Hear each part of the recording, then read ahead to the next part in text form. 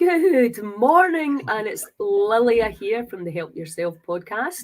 And with me today, I have got my beautiful friend all the way from Germany, Emma. How you doing?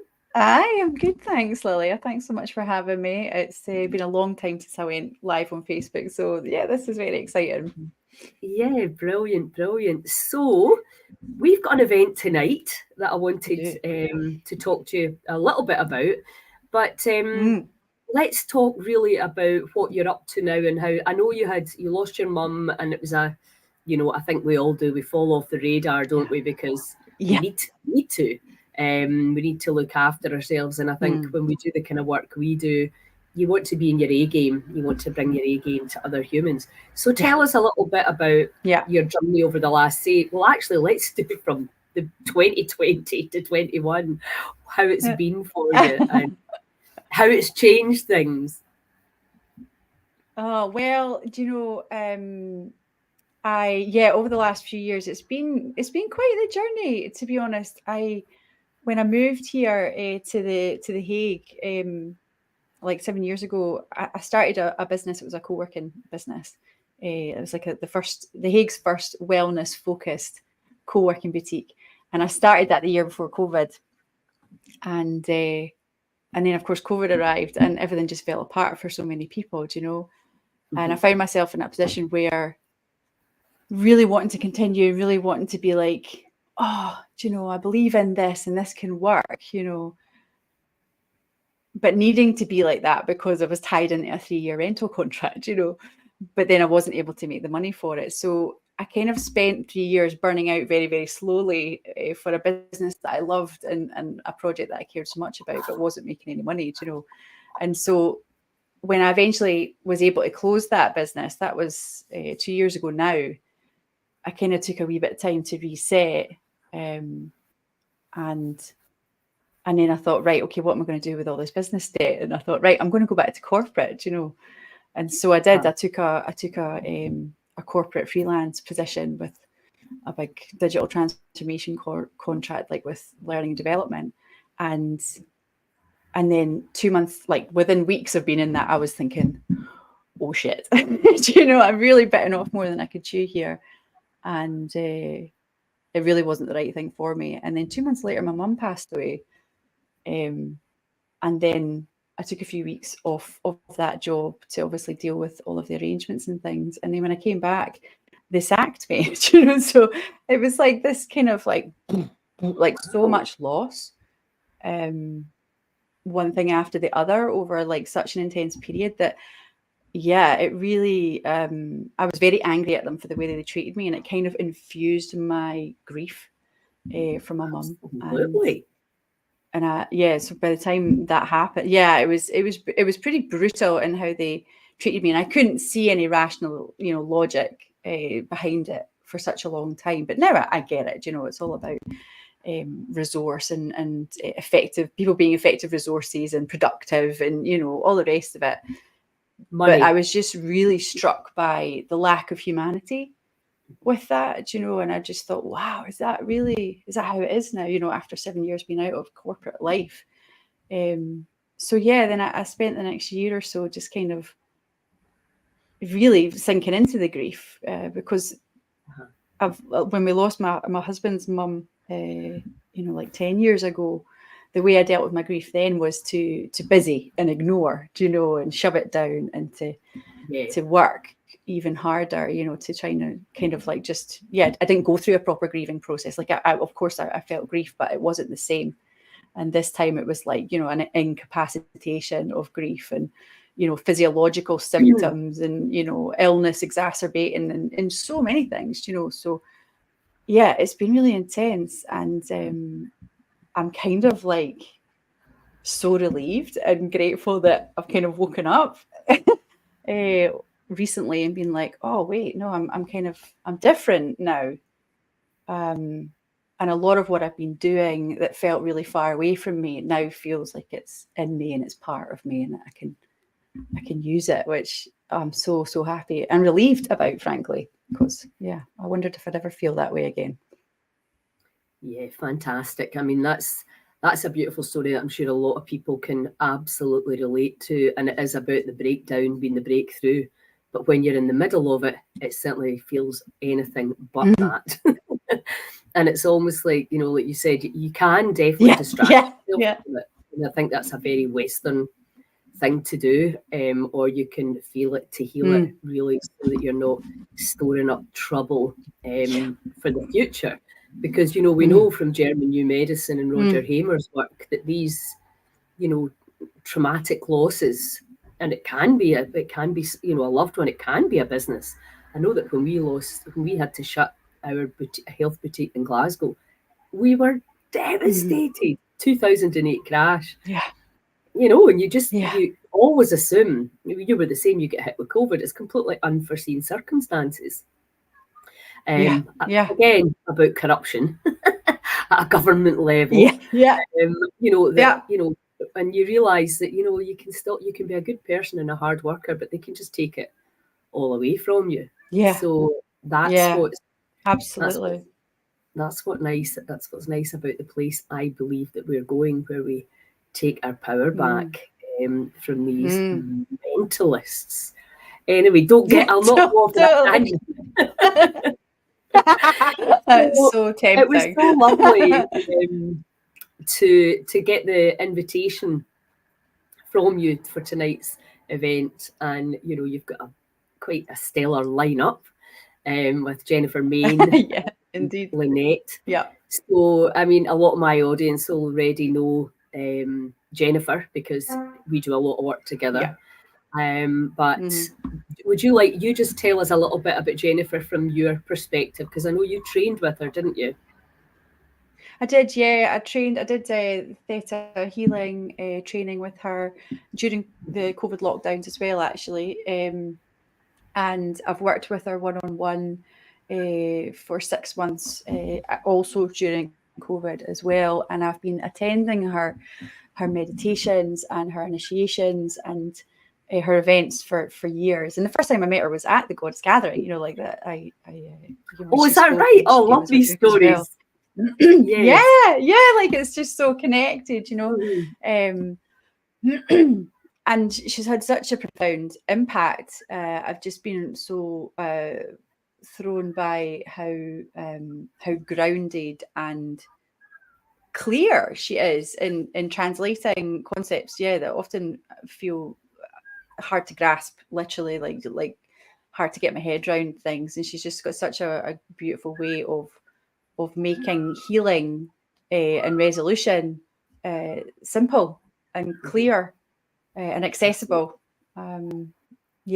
You know, she's a healer, but I think before I met Jennifer, if I'd somebody said, "Oh, I'm a healer," I kind of thought more like somebody who's like, you know, placing their hands on you and, you know, and healing you. Not that there's anything wrong with that, but it can be much more subtle and humble as well. Yeah, absolutely. And tell us about Lynette as well, because I was blown away when, you know, what she was telling us when we had our kind of getting together call. What she's doing is absolutely essential and phenomenal and powerful too. So can you tell that for the people that have not met Lynette, I'm sure there are lots of people, she's just not been on my radar, but she is now. Yeah, absolutely. So Lynette, I met Lynette, I think almost, it's probably about 8 years ago now. And we connected through personal development and through attending various different personal development seminars. We started off with the Key, you know, so there's another link into the thing. Yes. We did the Key in Edinburgh, and then when I moved abroad, I did landmark education, and she was doing it at the same time. So we were discussing and sharing about that. And then when I came back to the UK, we went and did Tony Robbins, and, you know, so I've kind of, our theme of our friendship has very much been about transformation and reinvention. But Lynette is, you know, she started off as a Lululemon crew member. Then she became a meditation teacher. Then she became a life coach. And she's been working with people for years, doing her own group programs and things like that as well. And she is, she's one of those people that lights up the world, you know, because she's in flow, she's following nudges, the nudges that we get from life and from the universe. She's kind of following that. I see her follow that and adjust and pivot and embrace it. She's always leading with her heart. And for the longest time, I was watching her going, oh, I so want to do that, like to be inspired by somebody who's really walking their talk and really embracing life. And so, yeah, she just inspires me so much. And that's the kind of theme with all of you. You included, Lilia, is that, all three of the speakers, you guys are like really important role models. Like, you've been role models of mine. Like, and I think maybe with losing my mum and not having that maternal figure anymore in my life, I've kind of, been needing that and wanting that more. And, I think when I was younger, role models were probably more celebrities, famous people, people with wealth and things like that. And I know now that I'm just not interested in that. Like, that doesn't inspire me.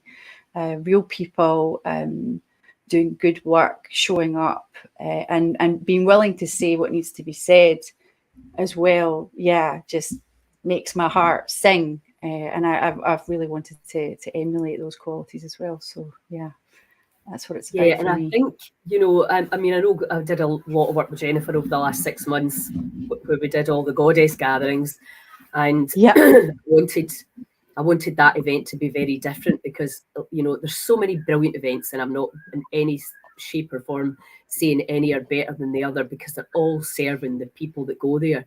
But I really wanted to get into the subconscious and to really start, and also let's get in there into the hard drive, get rid of all the old stuff that's holding us back, depressing the immune system, diminishing the dreams, limiting the possibilities, and let's give people tools for when they go home that they can use, whether they choose to or whether they remember to is a different thing.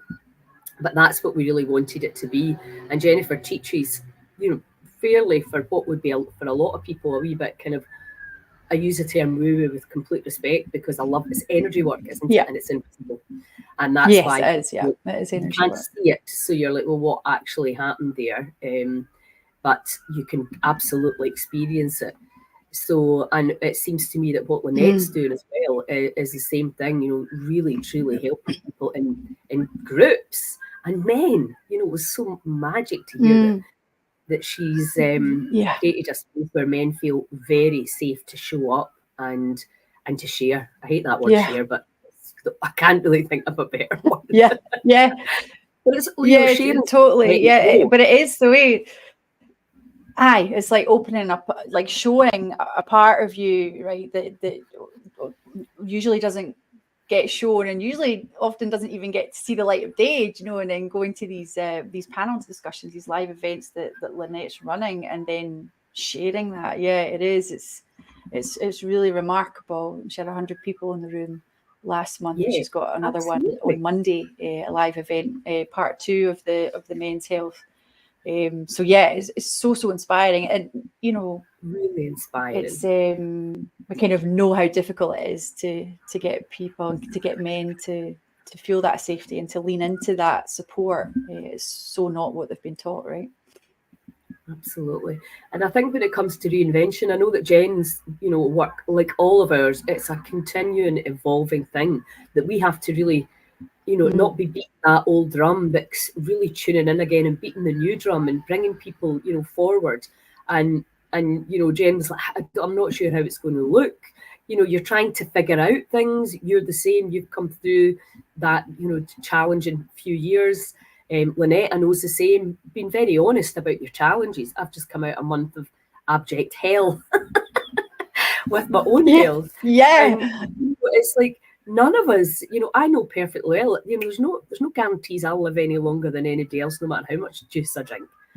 So I think we all have to be very honest that, the big waves come in all of our lives, regardless of how smart you think you are and how many protocols you've got in your bag and your box of your mind. And it's about resilience, and it's about reinvention, and it's absolutely flexibility. And, when Lynette was talking the other night, I thought that's the thing that we have to. Sometimes the waves batter you onto the beach. Other times you can just surf over them. It's really about resilience for me. Everything right now is about resilience. Yeah. And for me, a big part of reinvention is about resilience, because I'm going through a major kind of like, where am I going to put 100% of my energy, and how is that going to look? Because Heal Scotland's almost like a separate thing. Heal Scotland's about getting all this information out to the people, but what about me? Actually, me, where am I going to focus? So then, as soon as you start asking that question, you're like, oh, right, okay, where are we going now?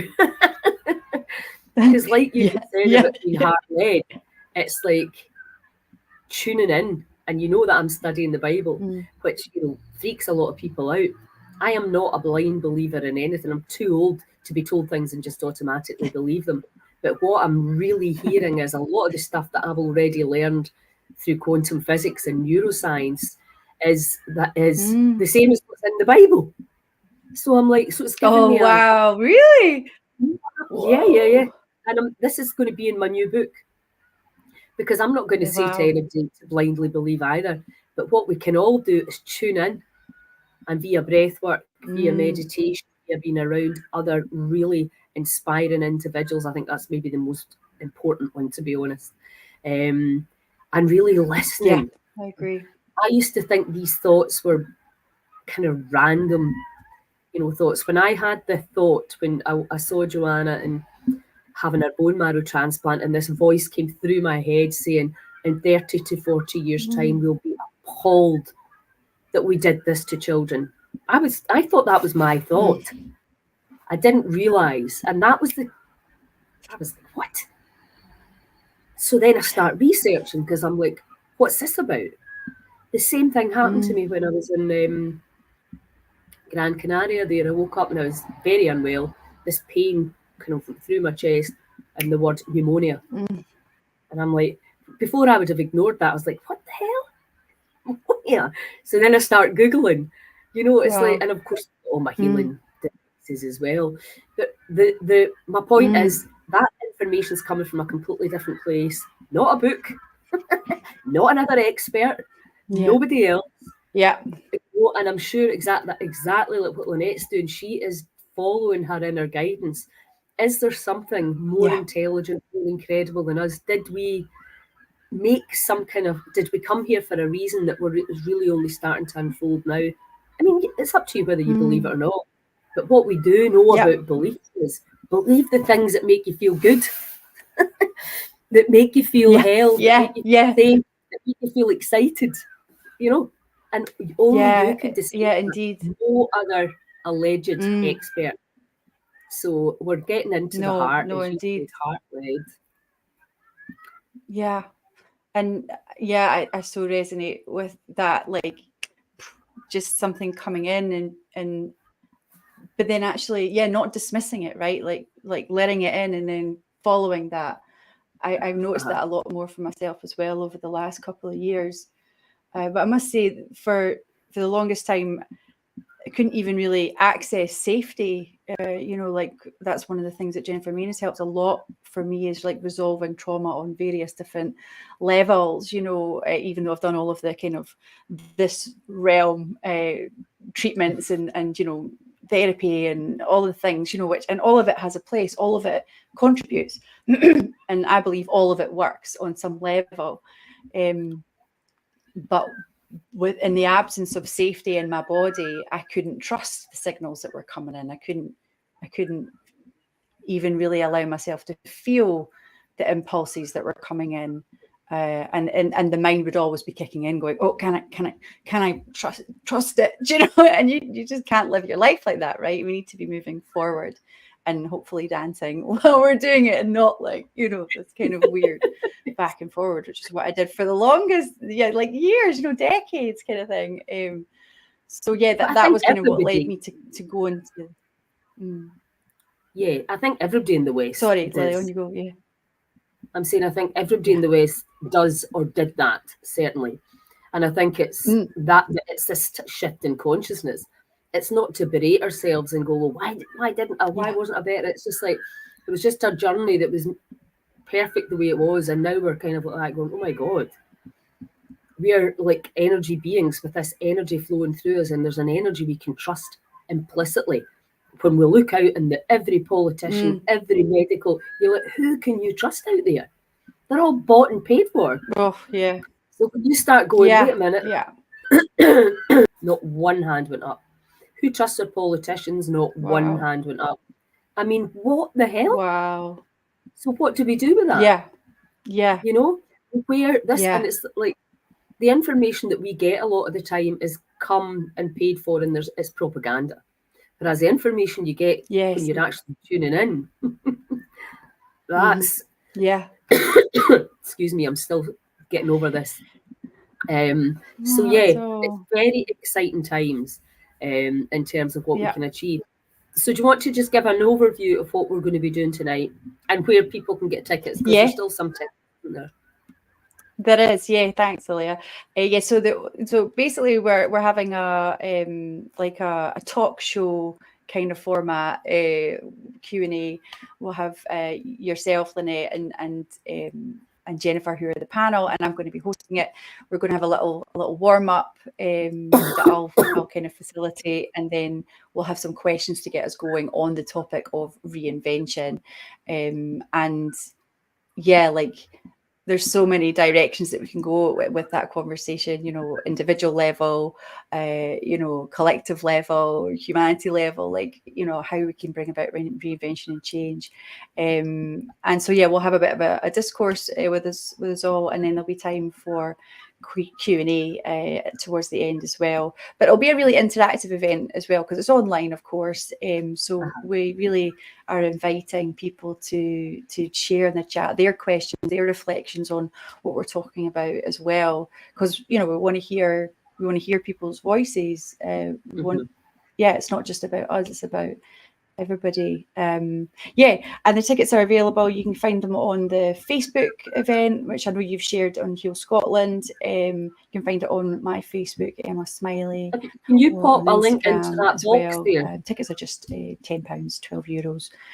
It'll be 7 till 8:30 tonight, UK time, 8 till 9:30 Central European time. And we will do a recording as well, so we will send it out so people can catch up, because I know that life is busy, and obviously we'd love people to be there live, but we'd rather that you could be part of the conversation any way that works. So that's it. Can you see the box? Can you put the ticket link into the box? Oh, yeah. I think so. If you could put the ticket link in there, that would be great. Because you know what it's like, you start going looking for a link and then you get distracted. I'm talking about me here, obviously. Oh, totally. Yeah, I do. Oh, no. Me too. For sure. Yeah, I should be able to grab it here. But I wanted to ask you, I'm so curious, Elena, maybe I'll be asking you tonight. There was an invitation to asking what is next for you, Lilia, because it sounds like, as you say, we're all in this period of reinvention all the time, right? And it's just whether we're aware of it, following it, and we're asking, inquiring, or whether we're not. So yeah, I'm so curious. Well, I think that's still kind of unfolding in my mind at the moment, because I was very inspired by that event on Sunday night, but I was also horrified and very sad.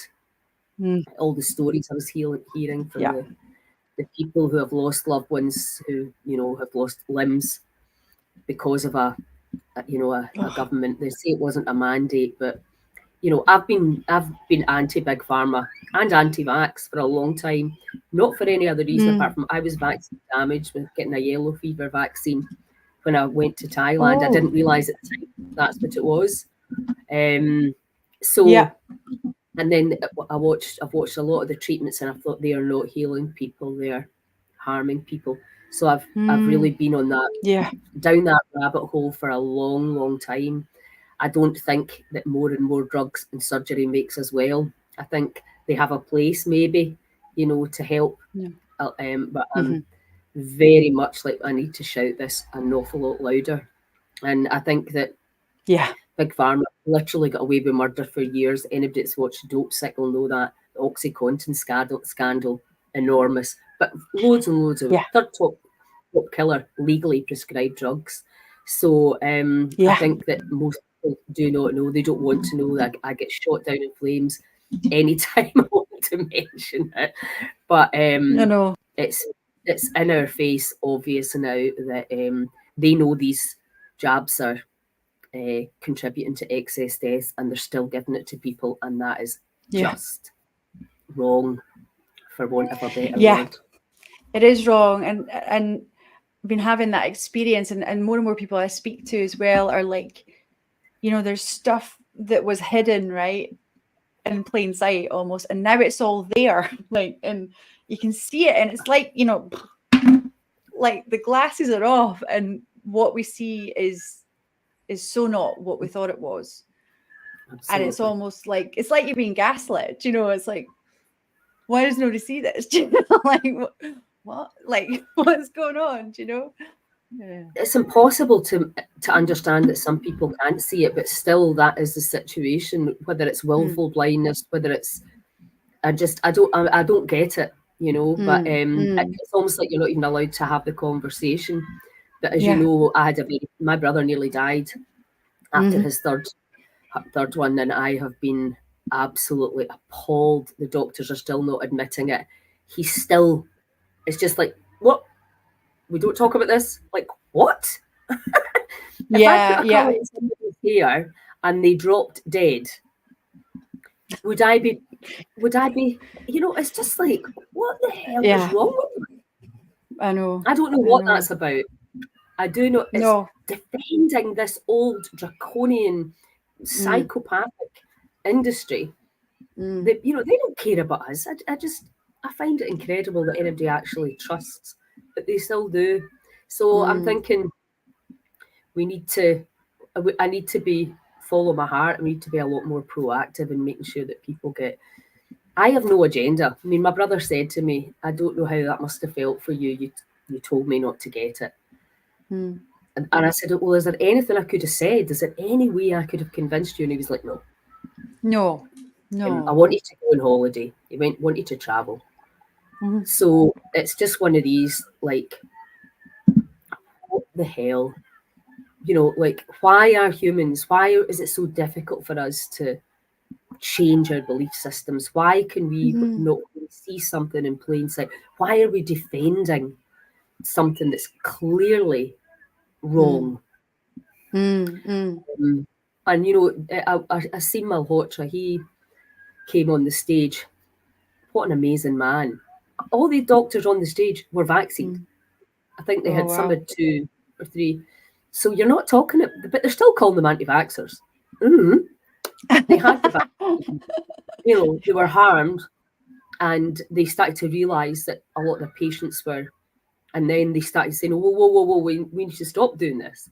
And Asim's dad died, I think it was 2 days after his vaccine, and he had no idea, didn't put 2 and 2 together, put up a tweet about his beautiful dad, and he was quite an eminent cardiologist as well, I think. But, a lot of people knew him. He was a doctor. And somebody tweeted that was a vaccine. And that was the first time that it had come into his awareness. Wow. So but he still didn't. It was like, no. And then, of course, as the months unfolded, it was, well, yes. So he is now absolutely. And I think, once you start looking at one area where they've deceived people, you realise they've been doing it for probably as long as they. Well, it's simple. It's like how you do anything is how you do everything, right? It's like and it's everywhere, and even down to type 2 diabetes. It's like, so you go to the doctor and you're supposed you have blood sugar issues. Why don't you take this pill? Now, is that right? When simple changes in diet, it's even that immediate. level, even that level of corruption. Is it ignorance? Like where it's blindness? Drugs instead of education, right? Absolutely. We need to be training people, not treating them. And if you want to take the drugs, then it becomes a debate who should pay for that. Yeah. If there's another free way to organise it. more free and simple way, and often safe. a more empowering way and safe way. Yeah, indeed. Do no harm. Yeah, Do that no is. harm.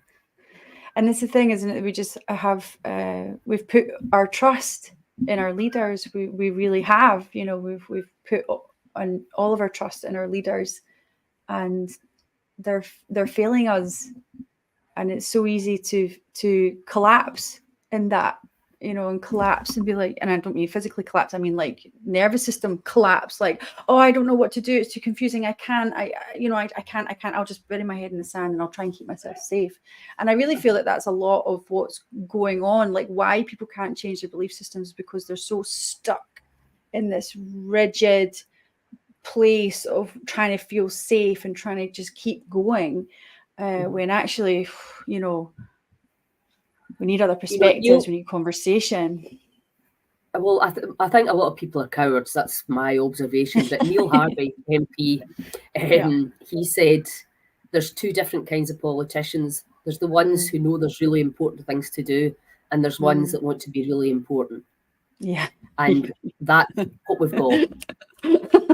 You know? Yes. And everybody's worried to say what they actually feel in case they get cancelled, in case they get, you know, all, because that's what's happening. If you speak the truth, next thing there's a sex charge about you or whatever, they'll find a way to shut you up.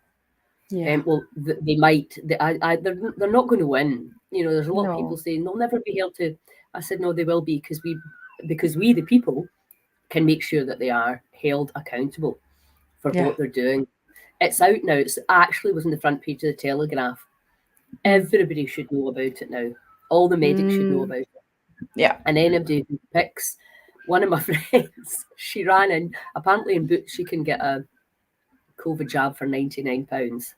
She ran in and she said to the woman, "You are murdering and maiming people with that thing. Do you not know? Have you not done your research?" And do you know what she said? What? "I've got a mortgage to pay." Oof. Yeah. There you have it. What do you do with that? Yeah. Unbelievable. Morning, Bernie.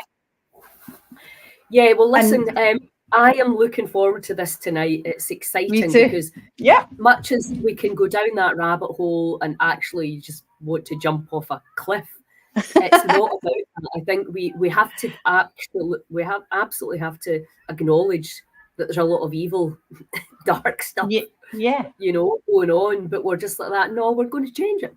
We are, and there's more of us, and we're not lemmings.